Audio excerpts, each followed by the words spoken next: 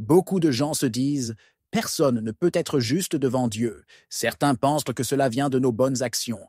D'autres croient que c'est en suivant la loi de Dieu qu'on peut aller au paradis. La question la plus fondamentale est que dit la Bible. Notre pensée et celle de Dieu est totalement différente. La Bible nous dit dans Ésaïe 55, 8-9 « Car mes pensées ne sont pas vos pensées, et vos voix ne sont pas mes voix, dit l'Éternel.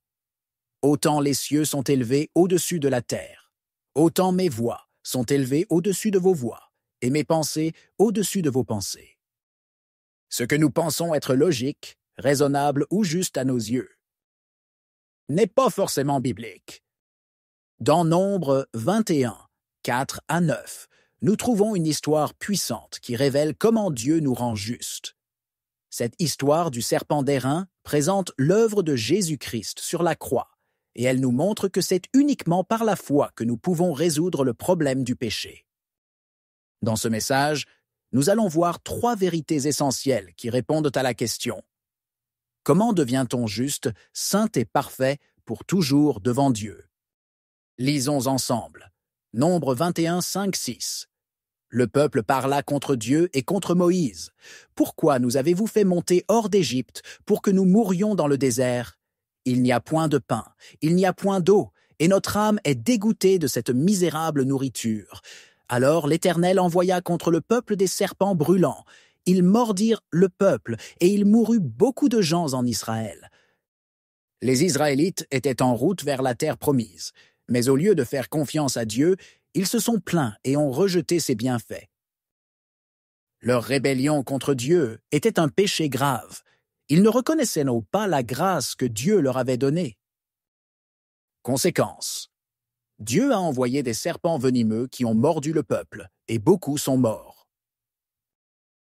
Le lien avec nous aujourd'hui? Le péché sépare l'homme de Dieu. Le peuple était condamné à mourir à cause de sa rébellion, tout comme nous sommes condamnés à cause de notre péché. Romains 6, 23.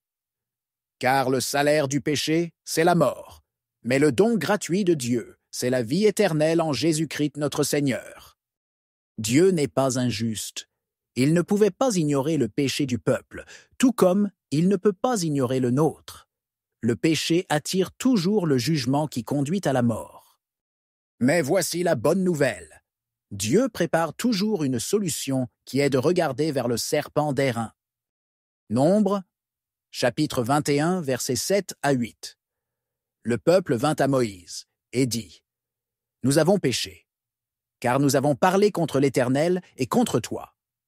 Prie l'Éternel, afin qu'il éloigne de nous ces serpents. » Moïse pria pour le peuple. L'Éternel dit à Moïse, « Fais-toi un serpent brûlant, et place-le sur une perche. Quiconque aura été mordu et le regardera conservera la vie. » Dieu n'a pas enlevé les serpents, mais il a donné une solution simple. Regardez le serpent d'airain sur la perche pour être guéri. Pourquoi Dieu donne-t-il cette solution? Le serpent d'airain était l'image de Jésus-Christ, par qui nous pouvons avoir la vraie solution du venin du péché. Sans nos efforts, sans nos propres solutions, résolutions ou méthodes, mais simplement par la foi. De la même manière, nous sommes mordus par le péché, et notre seule solution est de regarder à Jésus, qui a été élevé sur la croix. Jean 3, 14, 15. Et comme Moïse éleva le serpent dans le désert, il faut de même que le Fils de l'homme soit élevé, afin que quiconque croit en lui ait la vie éternelle. Jésus est devenu le sacrifice parfait. Il a pris sur lui notre péché, et maintenant, quiconque croit en lui est sauvé. La Bible nous dit dans Romains 5, 1, « Étant donc justifiés par la foi, nous avons la paix avec Dieu par notre Seigneur Jésus-Christ. » Qu'est-ce que cela signifie? La justice ne vient pas de nous, mais de Jésus, par la foi. Nous sommes déclarés justes devant Dieu uniquement par la foi en lui. Regarder seulement à Jésus, c'est croire en son sacrifice pour nos péchés. Aujourd'hui, Dieu nous offre la justice gratuitement. Nous sommes des personnes qui sont justes. La Bible nous dit dans 2 Corinthiens 5, 21, Celui qui n'a point connu le péché, il l'a fait devenir péché pour nous, afin que nous devenions en lui justice de Dieu. Romains 10, 9. Si tu confesses de ta bouche le Seigneur Jésus, et si tu crois dans ton cœur que Dieu l'a ressuscité des morts, tu seras sauvé. Nous sommes des personnes qui sont saintes. Hébreux 10, versets 10 à 14. C'est en vertu de cette volonté que nous sommes sanctifiés, par l'offrande du corps de Jésus-Christ, une fois pour toutes. Et tandis que tout sacrificateur fait chaque jour le service et offre souvent les mêmes sacrifices, qui ne peuvent jamais ôter les péchés, lui, après avoir offert un seul sacrifice pour les péchés, s'est assis pour toujours à la droite de Dieu, attendant désormais que ses ennemis soient devenus son marchepied. Car, par une seule offrande, il a amené à la perfection pour toujours ceux qui sont sanctifiés. Nous sommes des personnes qui sont parfaites. Romains 5, 1. Étant donc justifiés par la foi, nous avons la paix avec Dieu, par notre Seigneur Jésus-Christ. Hébreux 10, 10. Nous avons été sanctifiés par l'offrande du corps de Jésus-Christ, une fois pour toutes. Colossiens 1, 21. Et vous, qui étiez autrefois étrangers et ennemis par vos pensées et par vos mauvaises œuvres, il vous a maintenant réconciliés. Hébreux 10, 14.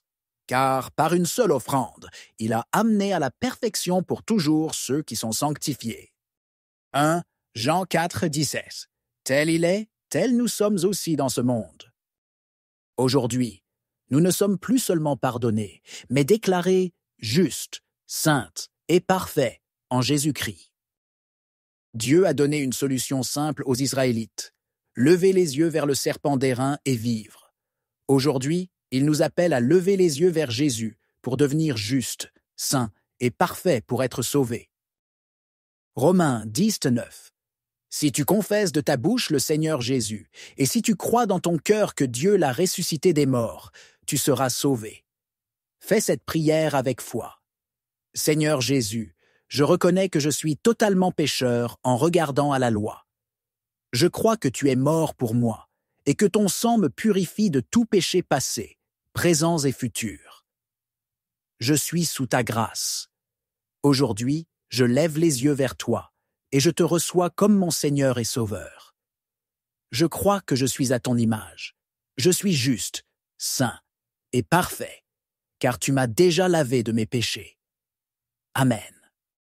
Si tu crois que la solution de Dieu pour le problème de ton péché est meilleure que les tiennes, c'est-à-dire tes efforts personnels, écris « Amen » en commentaire. Partage ce message pour que d'autres puissent être sauvés. Que Dieu te bénisse abondamment.